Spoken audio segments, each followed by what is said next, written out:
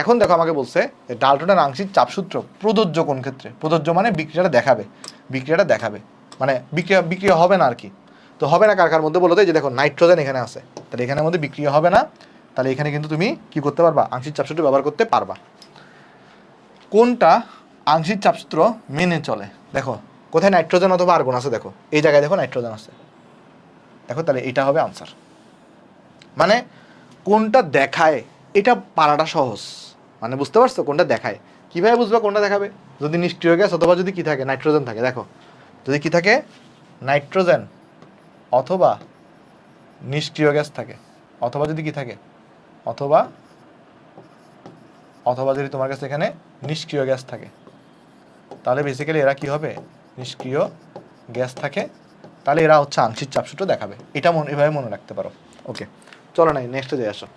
নেক্সটে বলতেছে বায়ুমণ্ডলে নাইট্রোজেনের আংশিক চাপ কত? দেখো বায়ুমণ্ডলে নাইট্রোজেন পাওয়া যায় কতটুকু? 78%। তাহলে নাইট্রোজেনের আংশিক চাপ যদি দেখি, তাহলে পার্সেন্টেজ হচ্ছে 0.78, আর বায়ুমণ্ডলের চাপ হচ্ছে 1 atm, তাহলে এখানে হবে 0.78 অ্যাটমসফিয়ার। তাহলে 0.78 অ্যাটমসফিয়ার।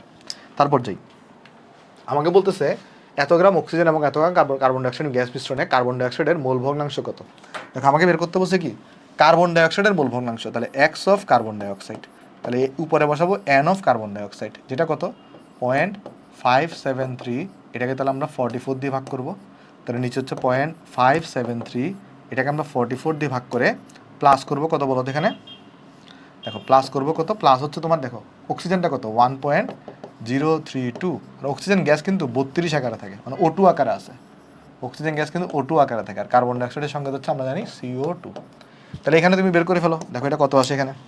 এটা আসবে 0.573/44, 5/44 divided by 0.573/44 plus 1.032 divided by 32, তাহলে এটা আসছে 0.287। আছে অপশনে? আছে 0.287, ডি নাম্বার হচ্ছে আমাদের আনসার। সো হোপফুলি আমরা সবাই বুঝতে পারছি। তারপর বলতেছে এত এবং এত মোল সংখ্যা বিশিষ্ট দুইটা গ্যাসের মিশ্রণের চাপ দেওয়া আছে এত, এ গ্যাসের আংশিক চাপ কত? আংশিক চাপ মানে তোমাকে হচ্ছে মোল ভগ্নাংশ বের করতে হবে। তো তুমি যদি এখানে এ গ্যাসের আংশিক চাপ হিসাব করো, তাহলে এখানে বসাবা এক্স অফ এ গুণন পি টোটাল। এখন এক্স অফ এ কত দেখো? এন অফ এ এখানে কত? এ এর মোল সংখ্যা হচ্ছে 20, তাহলে এন অফ এ মানে হচ্ছে 20, আর 20 যোগ এখানে হচ্ছে 30, আর গুণন পি টোটাল এখানে কত? 12। তাহলে এখানে কত আসবে? এখানে আসবে 2/5 আসবে, এখানে আসবে 2/5, তাই না? ডিভাইড বাই 12, কেন? কারণ হচ্ছে 20/50, তাহলে এখানে কত আসবে দেখো? 2/5 মানে কত? 2/5 মানে হচ্ছে 0.4, অথবা আলটিমেটলি লিখবো এখানে 24/5 লিখবো। এখন দেখো 24/5 এটা কত আসে? 24 যদি 5 করো তাহলে আসবে 4.8, তাহলে এখানে আনসার হচ্ছে 4.8 অ্যাটমসফিয়ার। সো আমরা তাহলে নেক্সটে চলে যাবো, আসো নেক্সটে যাই। এত এবং এত মিশ্রণের চাপ এত হইলে এ গ্যাসের আংশিক চাপ কত? তাহলে দেখো এ গ্যাসের আংশিক চাপ বের করবা, তাহলে হচ্ছে তোমার এন অফ এ মানে 10 মোল এ আছে, তাহলে 10 যোগ 30 করবা, আর মোট চাপ কত? মোট চাপ হচ্ছে 12, তাহলে হচ্ছে এখানে আসবে 1/4 থাকবে, আর এখানে 12, তার আনসার আসবে 3 অ্যাটমসফিয়ার। আনসার কত আসবে এখানে? 3 অ্যাটমসফিয়ার আনসার আসবে, কাটাকাটি করে। তারপর যাই, আচ্ছা মিশ্রণের মোট চাপ জিজ্ঞেস করছে, তাপমাত্রা কিন্তু কনস্ট্যান্ট আছে, এটাকে দিয়ে মিশ্রণ মান, এখানে প্লাস কেন দিছে? এটা হবে অ্যারো চিহ্ন, এখানে প্লাস হবে না, এখানে কি হবে? অ্যারো চিহ্ন হবে, কেমন? এখানে হবে অ্যারো চিহ্ন। ওকে, দেখো তাহলে এখন আমাকে এটা কত নাম্বার কেসের অঙ্ক? এটা হচ্ছে তোমার 1 নাম্বার কেসের অঙ্ক। তাহলে এখানে তুমি যদি মোট চাপ বের করতে চাও, তো মিশ্রণের আয়তন কত? মিশ্রণের আয়তন হচ্ছে 1.5 লিটার। P1 তো P1 হচ্ছে এখানে 0.8, আর V1 হচ্ছে এখানে 1, P2 হচ্ছে তোমার কাছে 0.7, আর এটা হচ্ছে তোমার কাছে 1। তাহলে এখানে আসবে দেখো এটা হচ্ছে 0.8 আর 0.7 যোগ করলে 1.5, 1.5 কাটাকাটি গেলে এখানে থাকবে 1 অ্যাটমসফিয়ার। তাহলে এখানে কত আনসার? এখানে আনসার হচ্ছে 1 অ্যাটমসফিয়ার। সো এটা হচ্ছে তোমার কাছে এখানে আনসার। তারপর যাই আমরা, আসো তারপর বলতেছে আমাকে এখানে যে সমান ভরের CH4 এবং অক্সিজেন গ্যাস একটা নির্দিষ্ট তাপমাত্রায় পাত্রে রাখা হলো, মোট প্রদত্ত চাপের কী পরিমাণ অংশ অক্সিজেন দ্বারা প্রদত্ত হবে?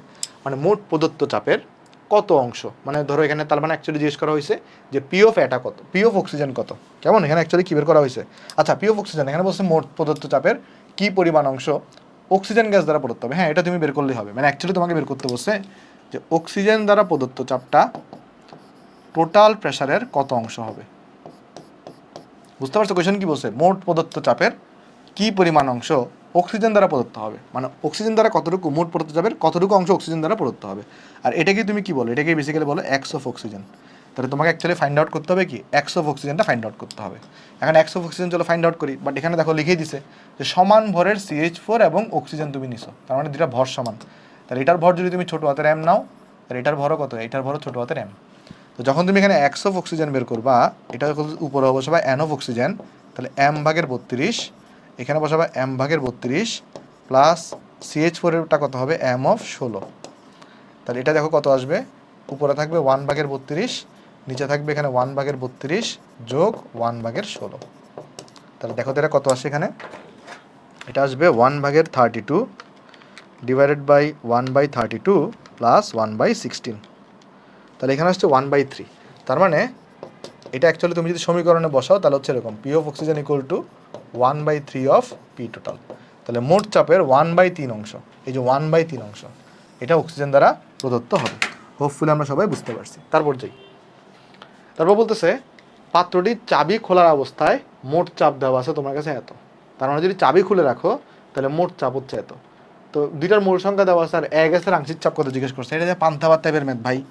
P of A equal to X of A গুণন পি টোটাল। তাহলে এক্স অফ এ মানে কত, এন অফ এ হচ্ছে 6, আর 6 ভাগের যোগ 14 আর গুণন কত, টোটাল প্রেশার হচ্ছে 200। তাহলে হিসাব করে দেখো এখানে আসবে কত, এই 20, এটা হচ্ছে 6, এটা হচ্ছে 200। তো 200 আর 20 কাটাকাটি করলে এখানে 10 থাকে, তাহলে আলটিমেটলি এখানে হবে 60, এটা হবে একক হবে মিলিমিটার পারদ-চাপ। সো এটা হচ্ছে তোমার কাছে আনসার 60 মিলিমিটার পারদ-চাপ। 60 কোথায় আছে, দেখো 60 1 নম্বর অপশনে আছে। সো এইভাবে করে আমাদের কিন্তু ডালটনের আংশিক চাপ শুরু থেকে যে এমসিকিউগুলো আসে সেগুলো কিন্তু শেষ।